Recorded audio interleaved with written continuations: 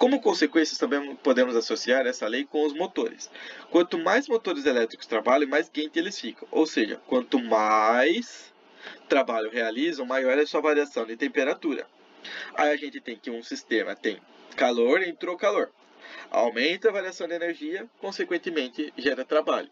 Ou se você jogar trabalho, o inverso também vale. Se você jogar trabalho, aumenta a variação de energia e libera calor. O que você pode pensar? Por exemplo, se a panela de pressão está presa ali dentro com água, você está fervendo ela.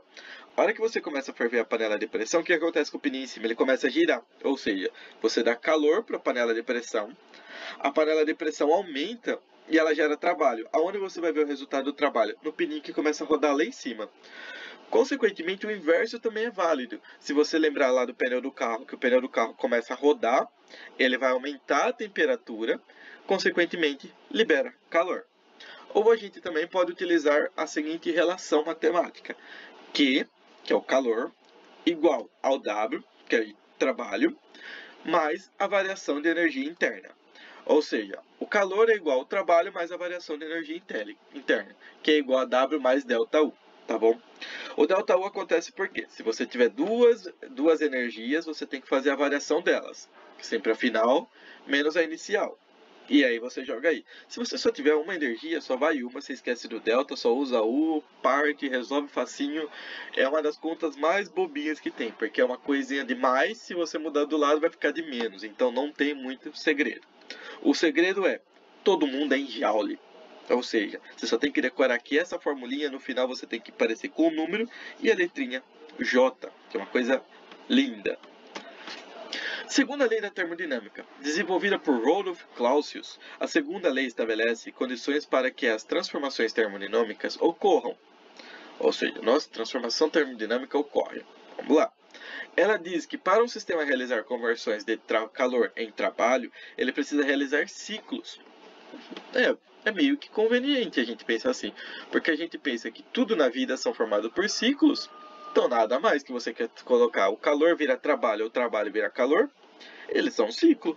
Se você para para pensar, escreve calor, depois escreve trabalho, faz uma setinha do calor indo para o trabalho e uma do trabalho indo para o calor, você tem um ciclo. Entre fontes de calor, quente ou fria, de forma sucessiva, ou seja, de forma contínua. Assim ocorre a transformação de calor em trabalho por um processo cíclico. Podendo ser, existem vários ciclos, tá, gente?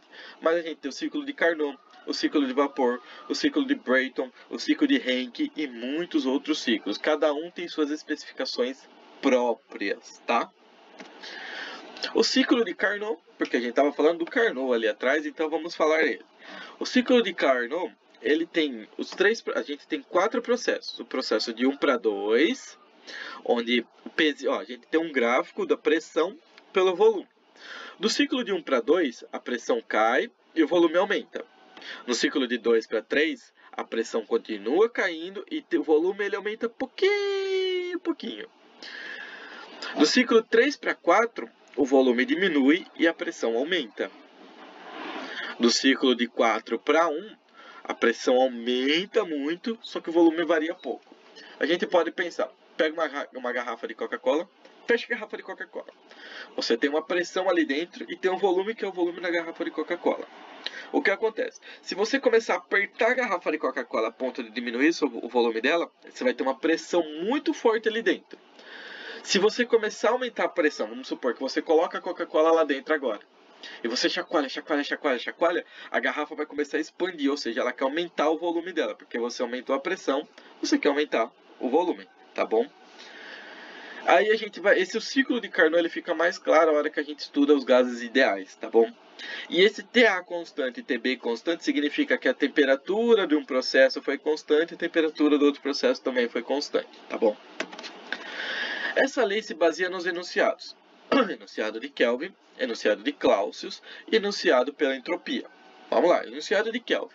É impossível a construção de uma máquina que, em um ciclo termodinâmico, converta toda a quantidade de calor recebido em trabalho. Sempre a perda de calor. Por quê, gente? Porque você não consegue construir um sistema perfeito que não perca calor para o resto do mundo. Vamos supor assim, você coloca pega uma cuba de ferro, coloca um copo de água lá dentro. E aí você vai deixar o copo de água lá dentro. O que acontece? O copo de água ele não vai trocar água só dentro com os gases ali dentro. Ele vai trocar calor também com a cuba, ou seja, ele vai trocar com as vizinhanças. Então há perda de calor para os outros sistemas vizinhos, tá bom? Enunciado de Clausius: o calor não pode fluir de forma espontânea de um corpo de temperatura menor para um corpo de temperatura mais alta. Não é o menor que doa para o maior. Isso contradiz a mudança de estados físicos da matéria. O que acontece? Se a gente for parar para pensar lá, que a gente falou sobre estados físicos da matéria no vídeo passado, é natural as coisas perderem calor do maior para o menor. Porque você sempre tem que o ciclo vai do maior para o menor. Quando você quer que as coisas vão do menor para o maior, você precisa forçar esses sistemas. Ou seja, você precisa fazer as coisas serem forçadas. Basicamente, vamos estabelecer uma condição básica. Você tem uma pessoinha gordinha, tá obesa. Aí essa pessoa, vamos supor que ela fica 30 dias sem comer. Naturalmente, o que o corpo dela vai fazer? Vai começar a emagrecer. Para o corpo dela começar a engordar, ou seja, para o corpo dela começar a ganhar alguma coisa, ela precisa forçar o corpo dela. Como que ela força? Comendo. Então, ou seja, pela natureza as coisas perdem. Se você quer que as coisas ganhem, você precisa forçar, fazer o sistema mudar o ciclo dele, tá bom? Enunciado pela entropia, essa lei também se baseia no conceito de entropia. É a medida de grau de desordem do sistema. Entropia basicamente é aquilo que vocês adoram fazer na sala de aula. Desordem, tá? Quanto mais desordem, maior a entropia. A entropia do sistema isolado não se altera, pois esse sistema não troca energia nem matéria com a vizinhança, sistema isolado do resto do universo. Vamos pensar assim, a gente está dentro da sala de aula, eu vou lá, fecho a porta e coloco uma carteira. Tem como algum de vocês saírem para fora da sala de aula? Não, porque a porta está fechada. Ou seja, não trocou matéria não trocou aluno com as outras salas de aula, não trocou matéria com as vizinhanças. Ou seja, a entropia é só vocês ali dentro, a bagunça é só que vocês vão fazer. Não vai ter bagunça vindo de fora para atrapalhar a gente ali, tá bom? A terceira lei da termodinâmica. A terceira lei diz que quando um sistema se aproxima da temperatura do zero absoluto, cessam todos os processos e a temperatura assume valor mínimo. Para pensar, a gente está preso dentro da sala de aula, vocês estão lá numa zona. De repente eu quero controlar vocês, não sei o que fazer, vou lá e começo a fazer a sala ficar gelada. O que vai acontecer? Vocês vão ficar tudo encolhidinho no cantinho para querer se aquecer, tá? Isso porque as partículas do sistema têm velocidade próximas de zero, ou seja, vocês vão se movimentar o mínimo possível, tá? Essa lei surgiu dos estudos de Max Planck e Walter Nernst, que mesmo trabalhando de forma distinta, tentaram estabelecer princípios físicos que se tornassem a terceira lei da termodinâmica. Isso ocorreu durante os anos de 1906 e 1912. Lembra lá, foi um pouquinho antes do estopim, antes de começar a ter os indícios da Primeira Guerra, que começou em 1919 lá. Depois de haver um amplo conhecimento das duas primeiras leis. Mas, professor, o que aconteceu? Por que Deus amplo? Lembra das duas primeiras leis? Lembra que eu falei para vocês? Fizeram as três primeiras leis e depois viram a necessidade de fazer uma outra quarta lei.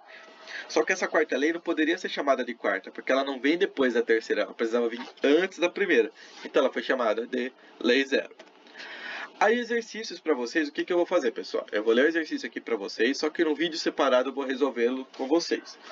A gente vai ter, deixa eu ver aqui no meu papelzinho, a gente vai ter um exercício de lei da termodinâmica e 2 exercícios de gases ideais, tá bom? Só para vocês treinarem. O que vai ser a tarefinha de vocês? Eu vou pegar o mesmo exercício e só vou trocar o número para vocês fazerem, tá bom? Exercício da primeira lei. Uma máquina realiza trabalho de 32 joules sobre 2 pás. As pás estão se movendo. Ao se movimentarem, essas pás têm uma variação de temperatura positiva, ou seja, lembra que movimentou, aumentou a temperatura. Beleza? Dessa forma, a quantidade de calor que as pás têm é de 52 joules. Desculpa, eu li de novo lá em cima. Primeira pergunta. A. Qual é a variação de energia interna dessa máquina? B. Se a variação de temperatura é positiva e as pás ganham calor, isso implica um aumento na temperatura ou uma diminuição na temperatura? Justifique sua resposta, tá?